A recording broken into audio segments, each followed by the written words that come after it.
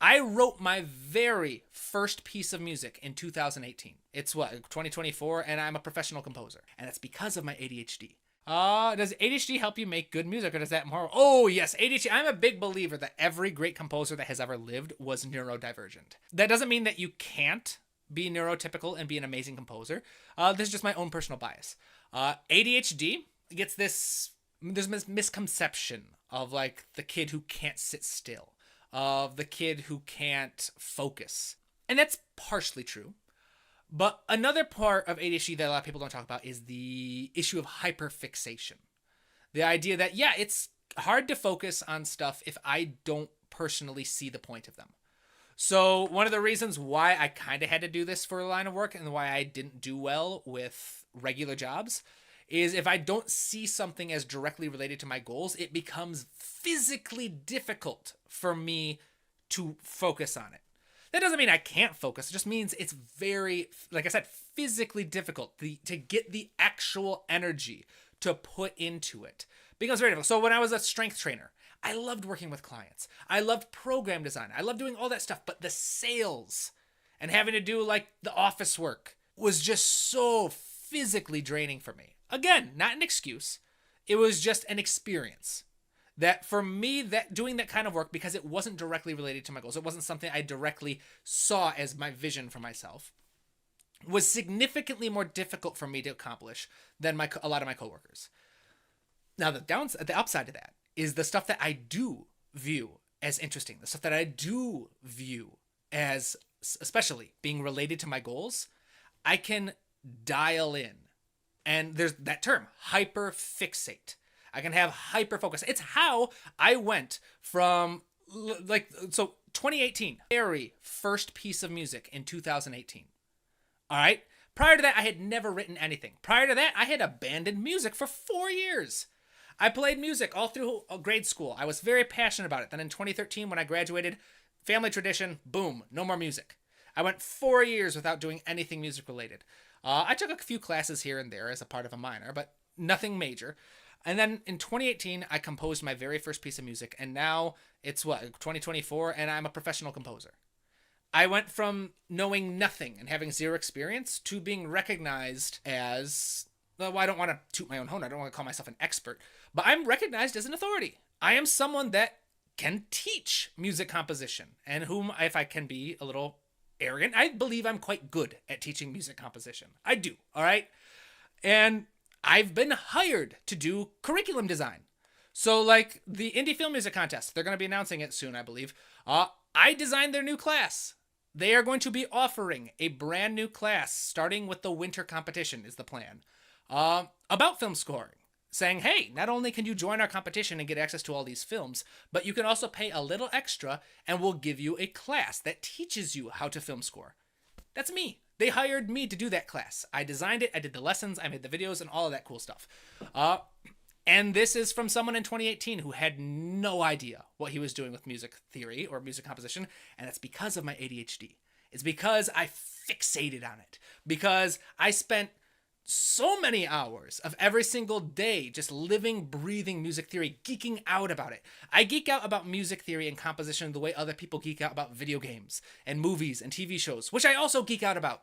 But this is my fixation. This is what I love, right? This is what I get passionate about. This is what I get so excited about music theory. I get so excited about music composition that I start thinking about ways to teach it. I start thinking about ways to improve it, to ways to apply it. So many of my methods that you guys enjoy were the product of me trying to sit there and go, how would I explain this? How would I teach this concept to someone? Counterpoint, my video on counterpoint. This video came about because a professor I had worked with told me it was impossible to teach myself counterpoint. And so I spent, I don't even know how much time fixating on counterpoint, teaching myself how to do it, and then thinking, how would I consolidate? How would I crack this down to teach someone else counterpoint? And of course, it's not perfect counterpoint. It's not Baroque period counterpoint. It's not music theory, collegiate counterpoint. But if your goal is to write melodies that can be played at the same time and layer, it works. It works. And so many people have found that video helpful. And it's because, again, my ADHD and my hyperfixation. This is my fixation. It's one of my fixations. And can you guys tell I have ADHD? I've got so much energy right now because you've got me talking about things that I love. This one is from Tamashi. I remember this one. How do you get excited to mix after composing? And you run out of energy. This one I feel in my bones. I hate mixing.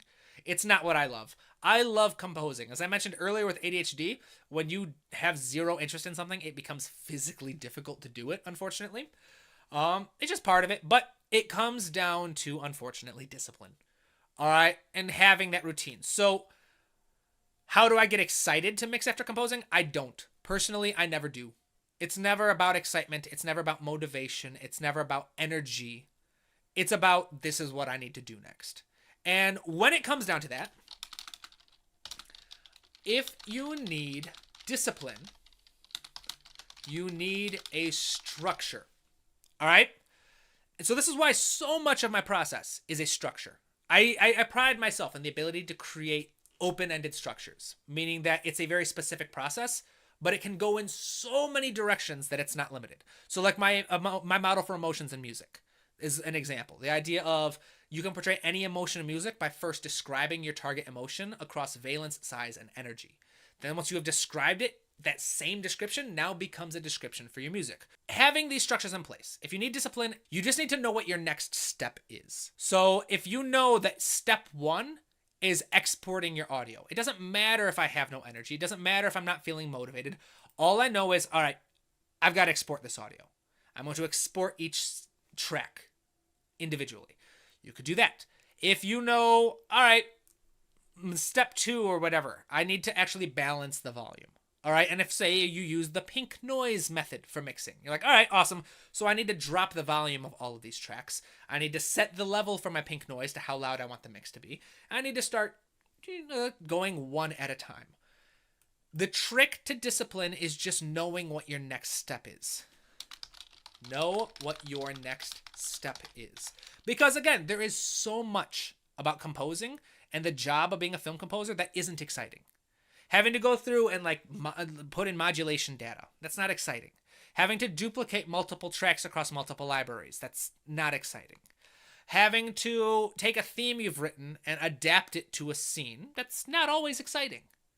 There are so many parts of the job that are a job, all right? They are a chore. They are not motivating. They are not energizing. They are not, yay, I can't believe I get to do this for a living kind of thing, all right? They're not always fun.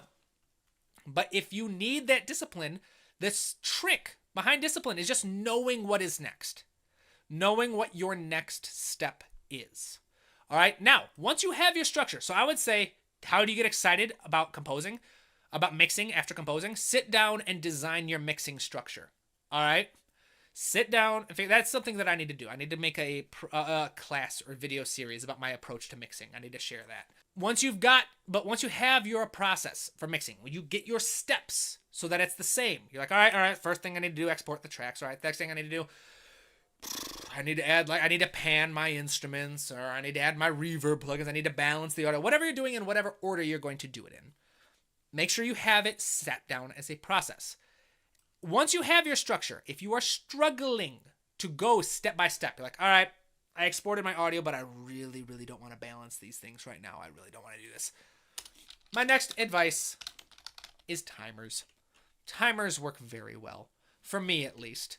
When I really don't want to do something, I'll say, all right, I'm going to do this for 10 minutes. I really don't want to balance these tracks, but I'm going to start balancing them. I'm going to do it for 10 minutes. So I go on, I Google timer. I put 10 timers on my 10-minute timer on my phone. I put it on my computer, whatever. 10 minutes, I'm going to mix for 10 minutes. All right? I'll do it. I'll work on it. And then at the 10 minutes, chances are, once I get momentum going, I'm going to keep going. But if I don't, I'm like, all right, that sucked. I hated that. I don't want to do it. I will then put on 5 minutes. 5 minutes, going to grab my phone. I'm going to get on Instagram. I'm going to laugh at memes. I'm going to text my friends. I'm going to check whatever kind of stuff I want to do. Maybe watch YouTube shorts, something. I'm going to do that. And then after 5 minutes, all right, 5 minutes, timer went off. All right, another 10 minutes of work. All right. And that might seem stupid. You might have like, all right, well, you're doing 10 minutes, 5 minutes, 10 minutes. So you're like, it's a 2-to-1 ratio. For every 2 minutes you spend working, you spend 1 minute rest. That's terrible. But I guarantee you it's better than not doing any work. So that's my secret. I get asked by family members a lot, how do you stay so disciplined? Yeah, I'm not. I'm very lazy. But I have my structures where I know what step to do next, and I have my timers, and they help a lot. So, question: what is my routine as a composer? So I have actually shared this quite a bit. It depends on what you ask. Are you talking about how do I start a new film project? How do I write a new music? Typically, my workflow for writing a new theme is study the story for inspiration.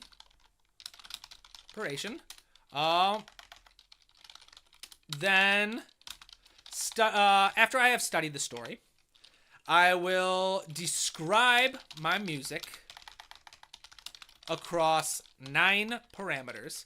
And I don't always get all 9. So tempo, timbre, texture, rhythm, register, melody / pitch, harmony, dynamics, articulation. Is that all of them? 1, 2, 3, 4, 5, 6, 7, 8, 9. Yep, that's all 9. So what I'll do is I'll study the story. I'll find the most crucial elements of that story, of that character, of the subworld, of whatever I'm trying to portray musically. I will then go through each of these 9 parameters. And if I have an idea, I'll write it down. Like if after studying my story, I have an idea like, ooh, I could use this, like the tempo. I could use a specific time signature to help tell the story. Or if I have a specific instrument that I think would portray the character very well, I'll write that down. Or if I have a very specific idea, it's like, oh, this is a very complex character. They're very stoic on the outside, but they have a temper on inside. So I'm going to give them like a slow-moving melody, but in the background, I'm going to have a really fast ostinato. Or any ideas, any musical ideas that jump out to me.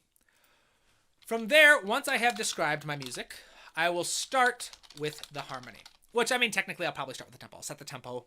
I'll start with the tempo / time signature. So I'll set those. Then next, create my chord progression. Because anyone who's been on this channel for a while knows that I always start with the chord progression. That's just my personal style. I know many people who start with the melody first. It doesn't matter. It's your default settings or your style. For my style, I feel most confident with my chords. I can come up with beautiful chord progressions every time. It's what I'm best at. And then, once I have my chord progression, I will create a melody from my harmony. And then I will branch out from there. I will embellish the texture / structure until I am happy with my piano sketch. Then after my piano sketch, move to notation software for orchestration, just arranging, then create MIDI mockup in Cubase, and then move on from there. So I would say this is my routine, this is my process. Talking about discipline earlier, and discipline just meaning knowing what your next step is. I could go significantly more in depth on every single one of these steps. If you are interested in learning, and not only learning, but mastering my entire process, my entire workflow, this book right here, my textbook, on sale, 20% off currently until the end of the day tomorrow for a Halloween sale. This book, I have showed it a couple times in this stream. It's literally my entire work process. It includes worksheets and breaks down every single thing in the worksheets. Again, if you want, the table of contents is available. You can see what gets taught. But this entire thing literally breaks down my entire composing process. From the basics of rhythm and reading music notation to creating interesting chord progressions. I mean, like the entire first section. So part 1 is all about chord progressions and creating literally my entire process for creating really cool chord progressions that tell a story. Then part 2 moves on to my entire process for melodies and writing themes that help portray characters, emotions, story worlds, things like that. How do you write a cool motif? How do you turn that into a melody? How do you turn that melody into a larger piece? How do you find out how many melodies are needed for a particular structure to tell a story, stuff like that. So then this whole part 2 is about creating a full piano sketch, which, like I said, was like embellish the texture until I'm happy with my piano. So parts 1 and 2 of my book cover all of these steps. And then part 3 covers these 2. Part 3 of the book goes into orchestration, talks about arranging, talks about the instruments of the section of the orchestra, what parts they like to play, how you can write for them so they all work well, so it sounds realistic, and then how do you make your sound libraries sound realistic. And then, of course, the last chapter is basically, or second to last chapter, is mixing your music and making it sound nice. And then part 3 just being a summary. That's the cool thing, is all of these sections have summaries. So part 1 has a summary that gives an entire workflow, and so talking about that discipline, about knowing what your next step is. Part 1 has a worksheet that gives you your steps for creating a really cool chord progression. Part 2 has a workflow that gives you your next steps for creating a melody, coming up with a motif, then turning it into a melody, then in a full-length piece, and sketching it for piano. And then part 3 gives you, again, a workflow for orchestrating your sketch. That's my sales pitch. But yeah, so that's all that kind of thing. This is my workflow, and if you want to learn the entire thing, I have a 400-page textbook currently on sale for just under $50.